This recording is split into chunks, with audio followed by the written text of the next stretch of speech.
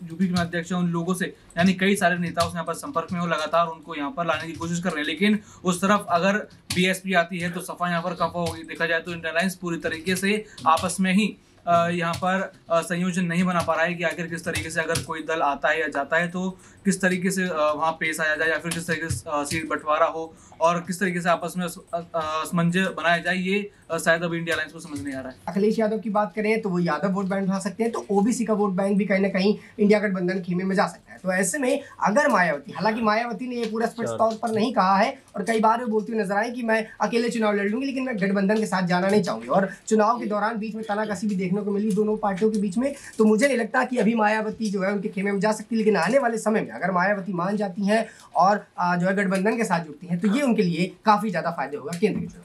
अगर आप देखेंगे मायावती की जो राजनीति है तो मायावती की राजनीति बड़ी व्यापक राजनीति है। उन्होंने ब्राह्मणों को भी अपने साथ जोड़ा, दलितों को भी अपने साथ जोड़ा, समाज के हर वर्ग को अपने साथ जोड़ा, जिसको चंद्रशेखर आज़ाद रावण को सीखने की आवश्यकता है।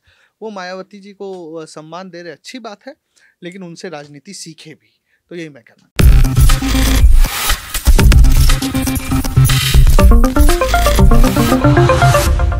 लोकसभा चुनाव में अब महज 3 से 4 महीनों का वक्त बाकी रह गया है और इन लोकसभा चुनाव से पहले महागठबंधन इंडिया की तरफ से केंद्र की मोदी सरकार को तमाम बड़ी-बड़ी चुनौतियां दी जा रही हैं।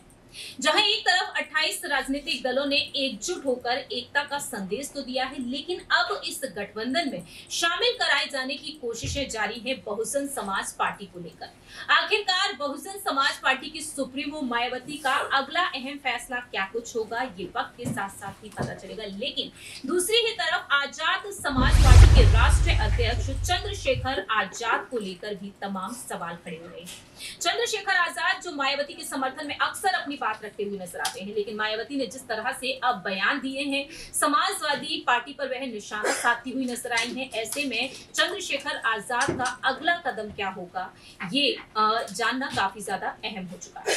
नमस्कार, मैं प्रांशी राठौर और आप देख रहे हैं नेक्स्ट 9 न्यूज। स्वागत है आपका हमारे स्पेशल प्रोग्राम 2024 का महासंग्राम में, जिसमें न्यूज रूम में बैठे हुए सहयोगियों से जानना चाहेंगे कि मायावती की रणनीतियों पर उनका क्या कुछ कहना रहेगा। पहला सवाल लेना चाहेंगे दौलत से, आखिरकार वह क्या कुछ कहते हैं। जिस तरह से मायावती ने आरोप लगाया है समाजवादी पार्टी पर, जिस तरह से मायावती ने अपनी जान को खतरा बता दिया है और उत्तर प्रदेश की योगी सरकार से वह सुरक्षा की मांग करती हुई नजर आई है, कैसे देख रहे हैं दौलत आप, जिस तरह से मायावती बार बार अब समाजवादी पार्टी पर तंज कस रहे हैं। अखिलेश यादव ने साफ तौर पर इनकार कर दिया है कि इंडिया गठबंधन में अगर वह शामिल होती हैं तो समाजवादी पार्टी इसका हिस्सा नहीं रहेगी। देखा जाए तो यहाँ पर अभी इंडिया अलायंस को कहना है कि वोट बैंकों की जरूरत है। इसके लिए लगातार वो कई क्षेत्रीय पार्टियों से अपना संपर्क कर रही हैं। लेकिन एक खबर यहाँ पे आई थी कि यहाँ पर जो है इंडिया अलायंस के कई सारे नेता, खासकर कांग्रेस के कई सारे नेता जो हैं यहाँ पर बीएसपी के जो अध्यक्ष हैं या फिर जो यूपी के अध्यक्ष हैं उन लोगों से, यानी कई सारे नेताओं से यहाँ पर संपर्क में हो, लगातार उनको यहाँ पर लाने की कोशिश कर रहे हैं। लेकिन उस तरफ अगर बीएसपी आती है तो सपा यहाँ पर खफा होगी। देखा जाए तो इंडिया अलायंस पूरी तरीके से आपस में ही यहाँ पर संयोजन नहीं बना पा रहा है कि आखिर किस तरीके से अगर कोई दल आता है या जाता है तो किस तरीके से वहाँ पेश आया जाए, या फिर किस तरीके से सीट बंटवारा हो और किस तरीके से आपस में असमंजस बनाया जाए, ये शायद अभी इंडिया अलायंस को समझ नहीं आ रहा है। वाकई में देखा जाए तो फिलहाल इंडिया अलायंस में सीट शेयरिंग को लेकर भी सियासत गरमाई हुई है और 80 लोकसभा सीटों में से 65 लोकसभा सीटों पर मांग है अखिलेश यादव की। लेकिन अखिलेश यादव को कहीं ना कहीं वो डर भी है कि अगर मायावती इसमें आ जाती हैं तो वह अपनी इस तरह से नहीं चला पाएंगे, वह खुलकर अपनी बातों को नहीं रख पाएंगे। अगला सवाल यहाँ पर आकाश से लेना चाहेंगे कि आखिरकार वह क्या कुछ कहते हैं। अखिलेश यादव की एक तरफ रणनीतियां हैं, बसपा को साथ में न लाया जाए, और दूसरी ही तरफ यहाँ पर कांग्रेस ये चाहती है कि दलित वोट बैंक को पूरी तरीके से साधा जा सकता है अगर बहुजन समाज पार्टी गठबंधन में आ जाती है।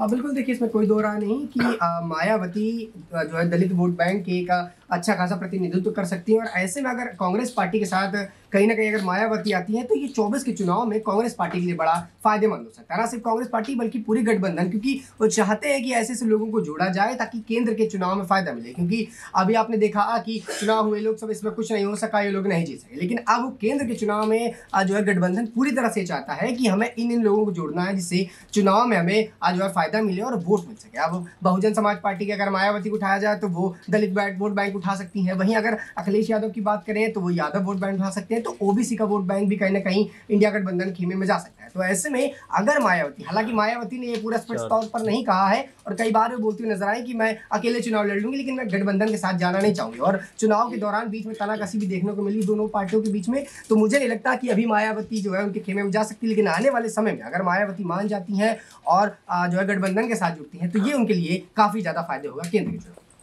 देखिए, फिलहाल देखा जाए यहाँ पर लोकसभा चुनाव को ध्यान में रखते हुए 27 राजनीतिक दल एकजुट हुए, लेकिन रुख कर लिया जाए यूपी की सियासत की तरफ, तो यूपी में देखा गया है कि समाजवादी पार्टी, रालोद और आजाद समाज पार्टी का गठबंधन है। और ऐसे में चंद्रशेखर आजाद बार बार बदलते हुए नजर आए हैं। चंद्रशेखर आजाद पर जो हमला हुआ था बीते साल, उसके बाद उन्होंने मायावती के समर्थन में कई बार अपनी बातें रखी। उन्होंने ये तक कहा कि मैं उस पल का इंतजार कर रहा हूं जब मायावती कहेंगी कि आइए हमारी पार्टी के साथ गठबंधन कीजिए, और वह देखा जाए तो पार्टी की कमान भी हमें देती हुई नजर आएंगी, यानी कि वह आदेश देती हुई नजर आएंगी और मायावती का वह काफी सम्मान भी करते हैं। और दूसरी ही तरफ देखा गया कि बीते कुछ दिनों पहले ही मायावती ने एक और बयान दिया था और उस वक्त भी वह मायावती को समर्थन देते हुए नजर आए थे। अगला और आखिरी सवाल यहाँ पर राकेश मोहन सिंह जी से रहेगा कि आखिरकार चंद्रशेखर आजाद को लेकर वह क्या कहेंगे।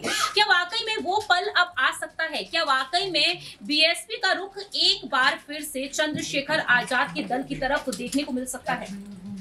देखिए मैम, चंद्रशेखर आजाद का यूपी में हश्र ज्यादा ठीक है नहीं, हालत उनकी ठीक है नहीं। देखिए उन्होंने एक राजनीतिक दल बना लिया, अब वो जगह जगह जाकर दलित उत्थान की बात कर रहे हैं, लेकिन अगर अब बारीकी से चंद्रशेखर आजाद की राजनीति को देखें तो उनके पास दलितों के लिए कोई विजन नहीं है।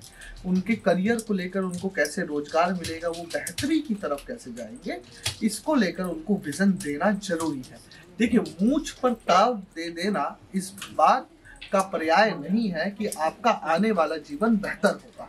दूसरी बात, चंद्रशेखर आजाद की आप राजनीति को देखिए, वो दलित उत्थान की बात कर रहे हैं, लेकिन कैसे? मुझे उनका एक इंटरव्यू याद है, टीवी चैनल को उन्होंने दिया था, तो उन्होंने कहा था कि क्या दलितों को राम मंदिर बनने से कैसे फायदा होगा। तो एंकर ने उसके विपरीत जवाब दिया था कि पर्यटन खुलेगा, गाड़ी चलेंगी, होटल खुलेंगे, रेस्टोरेंट खुलेंगे। दिन रोजमर्रा का जब पर्यटक कहीं जाता है तो वो उसकी जाति पूछ के कोई सामान नहीं लेता। आप भी जाती होंगी, मैं भी जाता हूँ, तो ये एक तरीका है। लेकिन एक पॉइंट पर आकर कहना कि पुजारी कौन होगा, ये कौन होगा, ये एक सामाजिक व्यवस्था है। डॉक्टर अंबेडकर जिनके ऊपर ये लोग पूरी राजनीति करते हैं, उन्होंने कभी भी किसी एक समाज को दबाकर अपने उत्थान की बात नहीं की। जो चंद्रशेखर आजाद रावण कहीं ना कहीं अप्रत्यक्ष रूप से करते हैं, तो उनको सोचने की आवश्यकता है कि अगर उनको अपनी राजनीति को चमकाना है तो उनको दलितों को, यूपी की जनता को, और अंबेडकर के लिए दलित या दबा हुआ शोषित व्यक्ति, उन्होंने शोषित व्यक्तियों की लड़ाई लड़ी। उन्होंने एक खास धर्म संप्रदाय की लड़ाई नहीं लड़ी। शोषित में हर वर्ग का व्यक्ति आता है, तो उनको भी अपनी राजनीति को व्यापक करना होगा। रही बात मायावती की, तो मायावती की राजनीति को अगर आप देखें तो बड़ी व्यापक रही एक समय तक।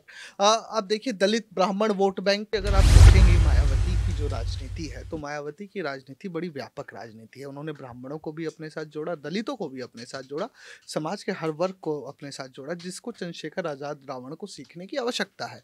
वो मायावती जी को सम्मान दे रहे, अच्छी बात है, लेकिन उनसे राजनीति सीखे भी, तो यही मैं कहना चाहूँगा।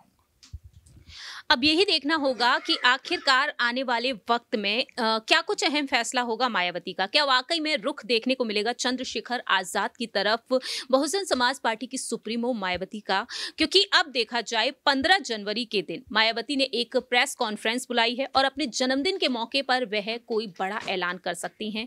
वह यहाँ पर साफ तौर पर दावे करती हुई नजर आ सकती हैं कि आखिरकार वह किसी दल के साथ जुड़ना चाहेंगी या फिर नहीं, क्योंकि बीते पिछले साल जन्मदिन के मौके पर उन्होंने साफ कह दिया था कि लोकसभा चुनाव हो चाहे विधानसभा चुनाव हो, लेकिन उनकी पार्टी अकेले ही अपने दम पर चुनाव लड़ेगी। फिलहाल इस खास रिपोर्ट में इतना ही। बाकी की तमाम अपडेट्स के लिए देखते रहिए नेक्स्ट 9 न्यूज़।